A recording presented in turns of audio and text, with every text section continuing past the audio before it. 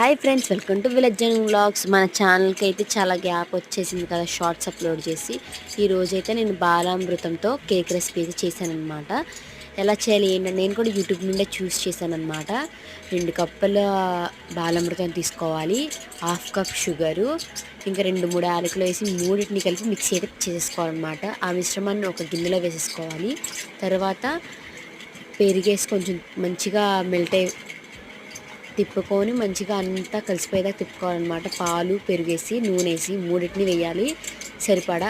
అంటే గట్టిగా అవ్వకూడదు, ఇలాన్ని పలుచగా చారులా కూడా అవ్వకూడదు అనమాట. ఇంకొచ్చేసి గిన్నెకి నెయ్యి పూసుకొని పిండి మిశ్రమం అయితే అందులో వేసేసుకోవాలన్నమాట. ఈసారి మన దగ్గర ఓవెన్ లేకపోతే ఇలా ఇడ్లీ పాత్ర అయితే పెట్టుకోవచ్చు అనమాట.